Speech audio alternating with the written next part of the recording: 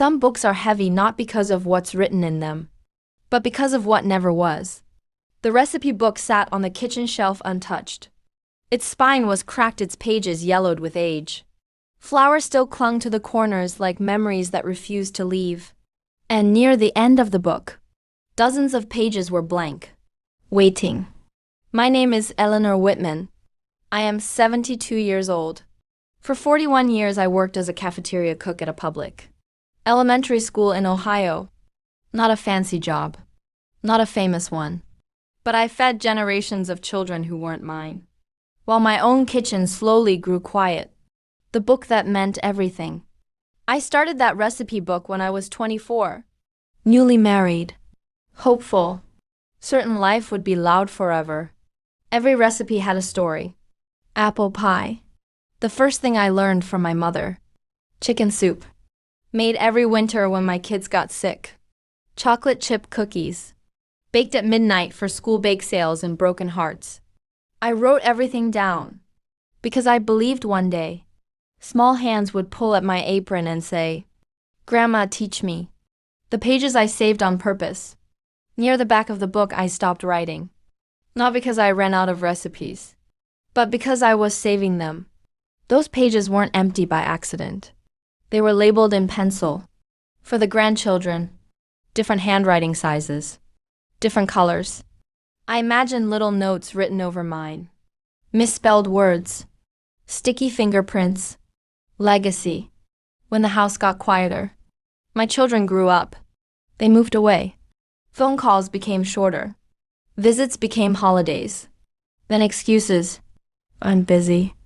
Next time. Work's crazy right now. I understood. At least I told myself I did. When hope changes shape. The first grandchild was announced over the phone. I cried so hard I had to sit down. I baked a cake that night, even though no one was coming over. I wrote a new title on a blank page. Grandma's First Lesson. The Kitchen That Waited. Years passed. The cake pan stayed unused. The high chair I bought remained folded in the corner. Every holiday I cooked too much ... just in case. Excuses taste the same. They promised visits. They promised summers. They promised lessons. But promises don't leave footprints on kitchen floors. The day I opened the book again. One afternoon I took the recipe book down. I flipped through it slowly. Sauce stains. Burn marks. Handwritten love. Then I reached the blank pages. So many of them. Still clean. Still waiting. What no one tells you about legacy. Legacy isn't what you leave behind. It's what someone wants to carry forward. And you can't force anyone to want what you made with love. The quiet realization. That night I closed the book. Not angry, just tired. I placed it back on the shelf. But something shifted. For the first time, I wondered, what happens to knowledge when no one comes to receive it? The blank pages stayed where they were, waiting. And Eleanor Whitman was still alive, still cooking, still remembering, still hoping. Some lessons don't go where you expect them to. They just wait until the right hands arrive. The day she stopped setting extra plates. I stopped setting extra plates the winter I turned 70. Not dramatically, not angrily. I just noticed one evening that I only took out one plate and didn't feel the need to apologize to the empty chairs anymore. That was new. The kitchen still worked without an audience. I still cooked every day. Old habits don't die easily. The soup simmered the same way. The bread still rose. But the silence had changed. It wasn't hopeful anymore. It was practical. When memory becomes routine, I knew the recipes by heart. I didn't need the book, but I opened it anyway sometimes. Like you open an old photo album. Even when you already know every face inside. I still paused at the blank pages. Still ran my fingers over them. Still imagined voices that never came. The knock that wasn't family. The knock came on a Tuesday. Not a holiday. Not a birthday. Just an ordinary afternoon. I almost didn't answer. Her name was Lily Parker. She was young. 23, maybe 24. Brown hair pulled back in a loose ponytail, holding a small notebook like it mattered. She introduced herself as Lily Parker, a culinary student from the community college nearby. She lived 2 houses down. I heard you used to cook at the school, she said almost shyly. Mrs. Jenkins said your food made her feel safe as a kid. That stopped me. When someone sees what you were, no one had said that to me in years. Not what I did. Not what I used to be. But what my work felt like. An unexpected question. She hesitated before asking. I was wondering, would you mind showing me how you make your apple pie? Just that. No pressure. No promises. The book came down again. I don't know why I reached for it, but I did. The recipe book felt heavier than usual. When I placed it on the counter, Lily's eyes widened. Is that handwritten? She asked. I nodded. She touched it like it was teaching without blood. We baked that pie slowly. I corrected her grip on the rolling pin, showed her how to feel the dough instead of measuring it. She listened. Really listened. Not like someone waiting for their turn to speak. Something shifted. She asked questions. Real ones. Why this temperature? Why rest the dough? Why butter first? No one had asked me why in decades. The blank pages didn't hurt as much. When she left, she hugged me. Not awkwardly. Naturally. I'd love to come again if that's okay, she said. I surprised myself by answering immediately. Yes. A new kind of waiting. She came every week after that. Sometimes to bake. Sometimes just to watch. She took notes. Careful ones. And one afternoon, she asked about the blank pages. The question one avoided. Why are these empty? She asked gently. I didn't lie. I was saving them, I said. For grandchildren who never came to learn. She went quiet, then said something I didn't expect.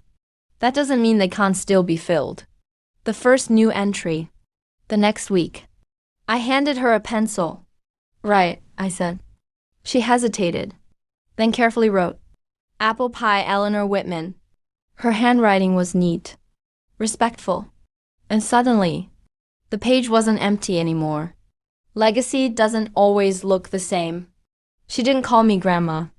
She called me Miss Whitman. But the care was there. The attention. The intention. The book began to change. More pages filled.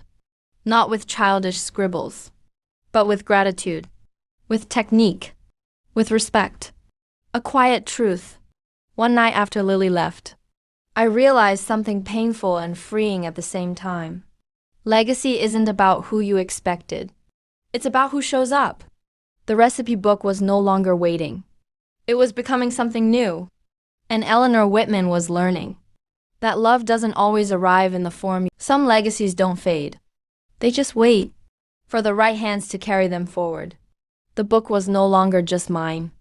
By spring, the recipe book no longer lived on the shelf. It stayed on the counter. Open. Used. Alive. Pages once reserved for grandchildren were now filled with careful handwriting. Lily's. She never crossed out my words. She wrote beside them. Like she understood. That legacy isn't replacement. It's continuation. The last recipe we wrote together. One afternoon my hands shook more than usual. Age catches you quietly. I told Lily we should write down the one recipe I had never shared. She looked nervous. Is it hard? No, I said. It's just honest. What she learned that day. I showed her how to cook without rushing. How to taste with memory. How to stop cooking when food no longer carries feeling. She cried without apologizing. That told me everything. The family visit that came too late. My daughter came by that weekend. Unannounced. She noticed the book immediately. How long have you been teaching her? She asked. Not angry. Just surprised. The truth I didn't soften. Long enough, I said. She flipped through the pages. So many filled. So many dates. None of them with her children's names. What she didn't say. She didn't accuse me. She didn't apologize either. Some silences are too heavy for words. The book's final page. That night, I wrote one last entry myself. Not a recipe. A note. Legacy isn't blood. It's attention. It's presence. It's someone who shows up to learn. I signed my name. When the kitchen grew quiet again, I passed in my sleep that winter. Peacefully. The kitchen smelled faintly of cinnamon. After me, the family came. They took furniture, photos, keepsakes. But the recipe book was already gone. Where it ended up. Lily now teaches at a culinary school. The book sits in a glass case near her desk. She opens it every semester. And she tells her students, "This was my grandmother's book. Not by blood, but by love." The blank pages were never empty. They were waiting. Not for grandchildren, but for someone willing to listen. Final words. YouTube ending. If this story touched you, remember this. Legacy isn't about who should show up. It's about who does. Like this video if you believe love chooses its own path. Comment if you've learned something from someone who wasn't family. Subscribe for more stories about the quiet truths we leave behind. Because some pages stay blank until the right hands arrive to fill them.